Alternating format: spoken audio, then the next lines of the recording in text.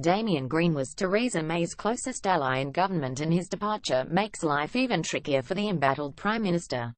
Yet while Green's sacking caps off a dreadful 2017 for the PM, still May survives in an otherwise traumatic year, says The Guardian. That probably counts as a success. So how has May managed to cling on? The Guardian says May owes her survival to the lack of a viable alternative within the Tory ranks. What's more, it's worth remembering that those who would seek to replace the PM, Philip Hammond, Boris Johnson and David Davis, for instance, have hardly had the best of years themselves. The Guardian also gives another reason for the PM's ability to endure her status among those who matter as the least worst person to be in charge of Brexit. Whatever her faults, May continues to succeed in straddling her party's divisions over Brexit, and any successor would struggle to hold things together better, according to The Guardian. May has been successful in reassuring Tory Remainers, and she has also managed to keep the Leavers mostly in line. It's also the case that Brussels prefers her to the Alternatives, yet for all these pros, the May premiership remains a high-wire balancing act, says The Guardian. In Parliament yesterday, the PM continued to make wishful claims about the type of Brexit deal Britain wants, despite all the signs from the EU that these demands won't be met. In particular, the government remains stuck in its thinking that a sector-by-sector access deal after Brexit will be available. Yet the most the EU will agree to is a free trade deal along Canadian lines, says The Guardian, suggesting that the government and Theresa May are in for a reckoning when it comes to Brexit. May should know that saying a thing is so does not make it so, no matter how often you repeat it.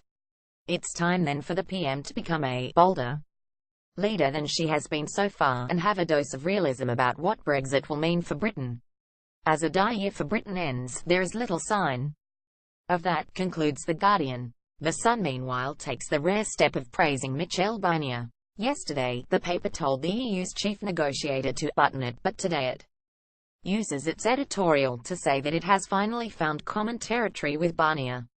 The Sun says it agrees with him that cutting the Brexit transition to 21 months seems sensible.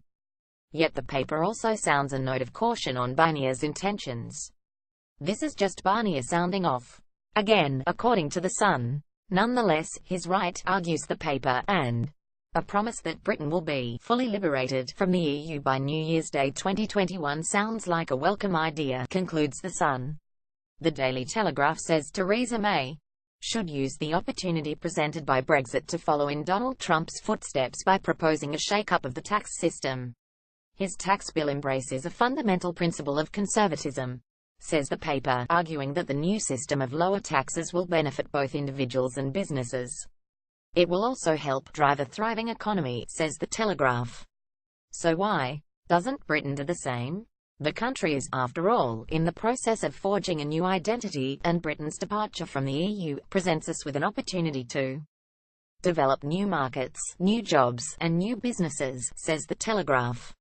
Lower taxes and less regulation must be the keys to that new identity, and they must be embraced not reluctantly, but enthusiastically, concludes the paper.